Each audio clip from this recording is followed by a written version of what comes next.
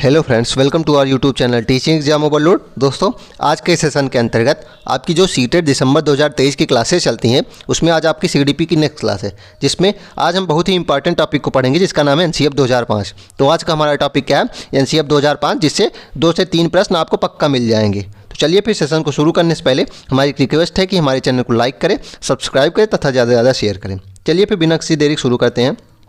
पहला पॉइंट इसमें क्या बनता है कि एनसीएफ 2005 का फुल फॉर्म क्या होता है? National curriculum framework 2005। तो इसका फुल फॉर्म क्या हो जाएगा? नेशनल करिकुलम फ्रेमवर्क 2005, या फिर हिंदी में इसका क्या नाम हो जाएगा? राष्ट्रीय पाठ्यचर्या की रूपरेखा 2005। और इसमें इसके बारे में 2-3 पॉइंट और इम्पॉर्टेंट है। इसको तैयार एचआरडी की अनुशंसा पे किया गया। इसको तैयार जो है एचआरडी की ह्यूमन रिसोर्स डेवलपमेंट की अनुशंसा पे किया गया। और इसको तैयार किसने किया है? इसको तैयार यशपाल ने किया। इसको नोट कर लीजिएगा, तैयार प्रोफेसर यशपाल नाम के व्यक्ति ने किया था।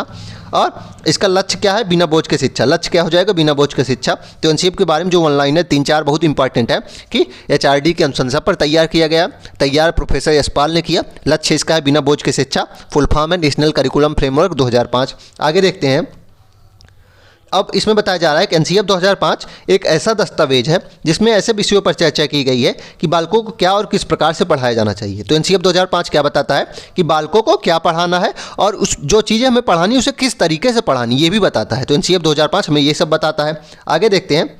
आगे अब हम एनसीएफ 2005 के मार्गदर्शी सिद्धांत देख लेते हैं। पहला मार्गदर्शी सिद्धांत, पहला इनकी सिफारिशें क्या थी कि ज्ञान के स्कूल के बाहरी जीवन से जोड़ना है। ज्ञान को स्कूल के बाहरी जीवन से जोड़ना है, मतलब कि जो हम ज्ञान स्कूल में दे रहे हैं उसे बाहरी जीवन से रिलेट करके पढ़ाना है। जैसे कि ट्रिग्नोमेट्री आप मैथ में पढ़ते हैं तो बाहरी जीवन से रिलेट करके पढ़ते हैं ना, तो इसी प्रकार हमें जितने भी ज्ञान देना है उसको बाहरी जीवन से रिलेट करके पढ़ाना है। अगला इसमें सिफारिश की गई एनसीएफ 2005 के द्वारा कि पढ़ाई को रटंत्र प्रणाली से मुक्त करना है। हमें पढ़ाई जो करानी है उसे रटाना नहीं। तीसरा पॉइंट क्या है? पाठचर्या पाठ्यपुस्तक केंद्रित ना हो। इन्होंने तीसरा पॉइंट एनसीएफ 2005 के अनुसार कहा गया है कि जो पाठचर्या हो वह पाठ्यपुस्तक केंद्रित नहीं होनी चाहिए। ये सारे सिद्धांत हुबहू ऐसे प्रश्न पूछे जाते हैं।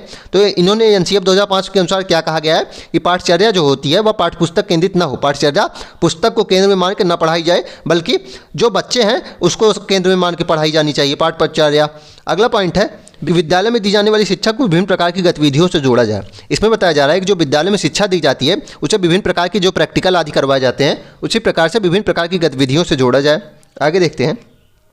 आगे है कि राष्ट्रीय मूल्यों के प्रति आस्थावान विद्यार्थी तैयार किए जाएं। तो इसमें एक पॉइंट ये भी दिया गया है कि जो राष्ट्रीय मूल्य है, जो हमारे भारत देश के राष्ट्रीय मूल्य है, उसके प्रति हमें विद्यार्थियों को आस्थावान बनाना है कि जो राष्ट्रीय मूल्य माने गए हैं उसको मानने ये ऐसे विद्यार्थी तैयार करें। अब आगे देखते हैं कि एनसीएफ 2005 के अनुसार प्रमुख सुझाव क्या है। एनसीएफ 2005 के प्रमुख सुझाव देख लेते हैं। पहला है कि बालक सक्रिय हैं। पहला क्या है? बालक सक्रिय हैं, वह स्वयं से जाने और सीखे और नई नई चीज़ों को आजमाएं, जोड़ तोड़ कर गलतियां करें और स्वयं सुधार करें। तो इसमें क्या बताया जा रहा है कि बालक को सक्रिय रूप से सिखाना है और वे स्वयं ही सीखें, जानें और नई नई चीज़ों को आजमाएं, जोड़ें तोड़ें, गलतियां भी करें और उसमें सुधार करें। तो इसमें ये पहली बात बताई गई कि बालक सक्रिय हैं, उन्हें सक्रिय रूप से सीखने देना चाहिए। अगला पॉइंट है सीखना सक्रिय व सामाजिक गतिविधि। अगला पॉइंट इन्होंने वही बताया कि सीखना सक्रिय जो क्रिया है, सक्रियता के साथ सीखना किया जाएगा एनसीएफ 2005 के अनुसार, और यह सामाजिक गतिविधि है, मतलब समाज से भी सीखा जाएगा। आगे देखते हैं। फिगर देखिए कि इसमें तोड़ मड़ोड़ कर सीख रहा है ना बच्चा, गलती करेगा फिर सीखेगा। तो यही एनसीएफ बताता है कि गलतियां जो होती हैं वो सीखने का एक अंग होती हैं। बच्चा खुद से सीखेगा, सक्रिय रूप से खुद से प्रयास करेगा, तोड़ेगा मरोड़ेगा जोड़ेगा और गलतियां करेगा फिर से सीखेगा। आगे देखते हैं। सीखने में यांत्रिकता बार बार नहीं होनी चाहिए। सीखने में क्या बताया जा रहा है कि यांत्रिकता नहीं होनी चाहिए। यंत्रवत रूप से व्यवहार सीखने में नहीं किया जाना चाहिए कि आप किसी भी चीज़ को बार बार रटा रहे हैं।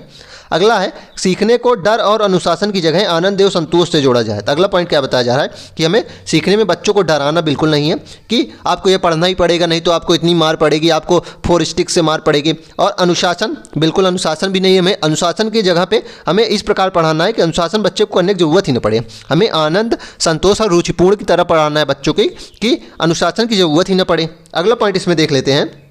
बालक को स्कूल बालक को स्कूल, घर, समुदाय आदि सब जगह महत्वपूर्ण मानी जाए और उसकी भाषा, संस्कृत को भी सम्मान दिया जाए। तो इसमें यह बताया जा रहा है कि जो बालक का स्कूल, घर, समुदाय आदि जितनी भी जगह है उसे महत्वपूर्ण माना जाए और उसकी जो भाषा है, उसकी संस्कृति है, उसे भी सम्मान दिया जाए। मतलब ऐसा नहीं है कि किसी बच्चे की क्षेत्रीय भाषा जो है वह, मान लीजिए वह खड़ी हिंदी नहीं बोल रहा है, वह इंग्लिश बोलने में असमर्थ है, तो उसको उसका सम्मान नहीं करेंगे, आप उसे अच्छा स्टूडेंट नहीं मानेंगे, उसके साथ भेदभाव करेंगे। बच्चे की जो भी भाषा है, जो भी संस्कृति है, वो किसी भी संस्कृति से आ रहा है, उसका सम्मान करें और उसके स्कूल को, घर को, समुदाय आदि सब जगह को महत्वपूर्ण माना जाए। आगे देखते हैं। अगला पॉइंट इसमें है कि प्राथमिक स्तर पर पाठचर्या की सभी गतिविधि में भाषा व गणित को महत्वपूर्ण स्थान दिया जाए। तो इसमें यह बताया जाए कि प्राइमरी लेवल में पाठचर्या की जितनी भी गतिविधि होती हैं उसमें भाषा को इंपॉर्टेंट माना जाए और गणित को, दो विषयों को बहुत ज़्यादा इंपॉर्टेंट प्राइमरी लेवल पर माना गया है। जितनी गतिविधि आप कराएंगे उसमें क्या इंपॉर्टेंट है, भाषा और गणित। अगला पॉइंट इसमें है कि बहुभाषिक अर्थात मल्टीलिंगुअल कक्षा शिक्षण 3 भाषाओं त्रिभाषा सूत्र की वकालत करता है। त्रिभाषा सूत्र क्या होता है, मतलब 3 भाषाएं पढ़ाई जानी चाहिए। जैसे कि फर्स्ट लैंग्वेज कौन सी हो जाएगी, जो आपकी हिंदी होगी, फर्स्ट लैंग्वेज जो आपकी राजभाषा है हिंदी पढ़ाई जाएगी। सेकंड लैंग्वेज कोई इंटरनेशनल लैंग्वेज हो जाएगी, जैसे कि इंग्लिश पढ़ाई जा रही है, इंटरनेशनल लैंग्वेज हो जाएगी। थर्ड आपकी स्थानीय भाषा होगी, थर्ड आपकी स्थानीय भाषा। तो एनसीईएफ किसकी जो सुझाव देता है, एनसीईएफ 2005 त्रिभाषा सूत्र, जिसमें आपकी हिंदी हो जाएगी, इंटरनेशनल लैंग्वेज एक हो जाएगी और आपकी स्थानीय भाषा हो जाएगी। आगे देखते हैं। इसमें भाषा के 4 कौशल की बात की गई। इसमें भाषा के 4 कौशल की बात की गई है। जो 4 कौशल पूछे जाते हैं एनसीईएफ 2005 में ही उसकी बात की गई, सुनना, बोलना, पढ़ना और लिखना। तो इसमें भाषा के 4 कौशल की बात की गई है। इसमें दिखाया गया जैसे कि चित्र में, सुनना और पढ़ना जो है वह ग्रहणात्मक कौशल कहलाते हैं और लिखना पढ़ना अव्यक्तात्मक प्रोडक्टिव स्किल्स कहलाते हैं। इसको मैंने पढ़ाया है। आगे देखते हैं। किसी भी प्रकार की सूचना को ज्ञान मानने से बचा जाए। इसमें यह बताया जा रहा है कि जो भी सूचना दी जाए उसे ज्ञान ही नहीं माना जाना चाहिए। हर प्रकार की सूचना को आप ज्ञान नहीं मान सकते। तो एनसीईएफ 2005 यही बताता है कि किसी भी प्रकार की अगर आप सूचना दे रहे हैं तो उसे ज्ञान नहीं मानना चाहिए। आप उसे देखिए कि वह ज्ञान लायक है कि नहीं, वह उस मानदंड को पूरा करता है कि नहीं। आगे देखते हैं। अगला पॉइंट है, विद्यार्थियों को दी जाने वाली शिक्षा में शिक्षण सूत्र, जैसे कि ज्ञात से अज्ञात की ओर, मूर्त से अमूर्त की ओर आदि शिक्षण सूत्रों को अधिक से अधिक प्रयोग किया जाना चाहिए। तो इसमें यह बताया जा रहा है कि शिक्षा जो है वह शिक्षण सूत्रों के द्वारा दी जाएगी तो अधिक रुचिपूर्ण हो जाएगी, जैसे कि ज्ञात से अज्ञात की ओर या फिर मूर्त से अमूर्त की ओर पढ़ाई जानी चाहिए। आगे देखते हैं क्या कहा एनसीईएफ 2005 के अनुसार। अगला है कि सजा व पुरस्कार की भावना को सीमित किया जाए। तो सजा देना भी बिल्कुल सीमित किया जाए और पुरस्कार की भावना को भी सीमित किया जाए, क्योंकि इससे क्या होता है कि अलगाववादी होती हैं, जो बच्चों में अलगाववादी का गुण आ जाता है और बच्चे क्या करते हैं, आंतरिक रूप से प्रेरित नहीं होकर बाहर प्रेरणा हो जाती है, बाहर रूप से प्रेरित हो जाएंगे ना पुरस्कार के लिए, तो ये गलत है। तो सजा व पुरस्कार को सीमित किया जाए, यह एनसीईएफ बताता है। अगला पॉइंट है कि शैक्षणिक गतिविधियों में बच्चों के अभिभावक को भी जोड़ा जाए। तो जो को करिकुलर एक्टिविटीज़ होती हैं उसमें पेरेंट्स को भी जोड़ा जाए, जिससे क्या हो, बच्चे, टीचर और जो पेरेंट्स है उनके बीच की दूरियों को कम किया जा सके और सारी जो कमियां हैं उसको पता लगाया जा सके बच्चों के बीच की। अगला पॉइंट है, विशाल पाठ्यक्रम और मोटी किताब शिक्षा प्रणाली की सफलता का प्रतीक है। तो एनसीईएफ 2005 क्या कहता है, जो विशाल पाठ्यक्रम होता है और मोटी किताबें होती हैं वह यह बताती हैं कि आपकी शिक्षा प्रणाली असफलता की प्रतीक मानी जाएगी। मतलब मोटी बुक क्या बताती है कि आपकी स्कूल की असफलता बताती हैं। आगे देखते हैं। अगला बताया गया है कि मूल्यों का उपदेश देकर नहीं, वातावरण देकर स्थापित किया जाए।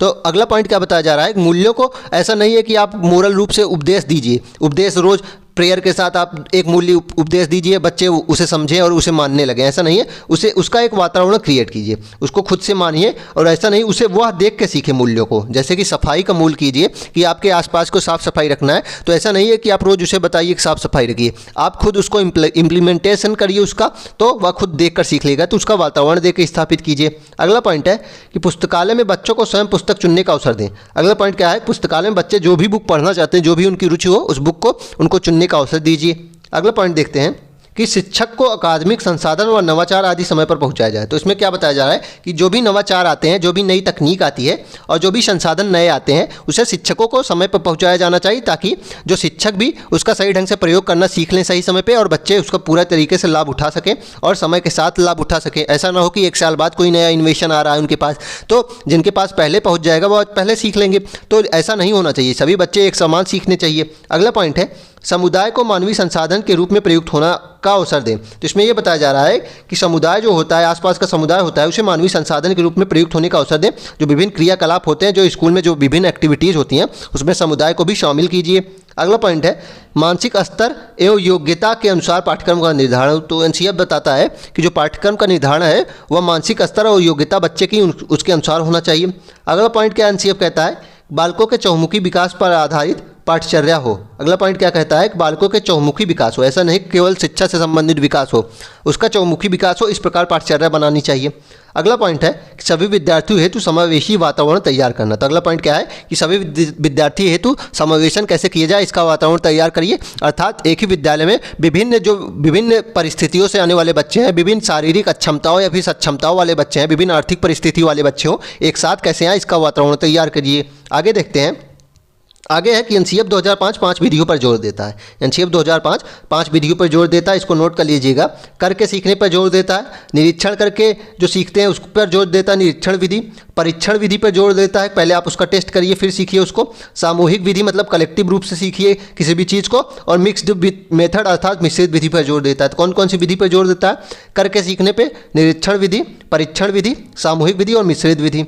आगे देखते हैं, एनसीएफ 2005 में शिक्षक के प्रति यह दृष्टिकोण है कि शिक्षक ज्ञान का स्रोत नहीं है। तो एनसीएफ 2005 क्या बताता है कि शिक्षक ज्ञान का स्रोत नहीं बल्कि वह बच्चों के हेतु सहायता प्रदान करता है, वह बच्चों का सहायक है और ज्ञान का स्रोत नहीं। तो इसमें यह बताया गया एनसीएफ 2005 में कि जो शिक्षक है वह ज्ञान का स्रोत नहीं है, वह सहायक है, वह बच्चों के लिए सहायता प्रदान करता है। आगे देखते हैं, खत्म हो गया एनसीएफ 2005। अब इसका क्विक रिविजन देख लेते हैं। पहला पॉइंट इसमें इंपॉर्टेंट क्या था? एनसीएफ का full form national curriculum framework 2005।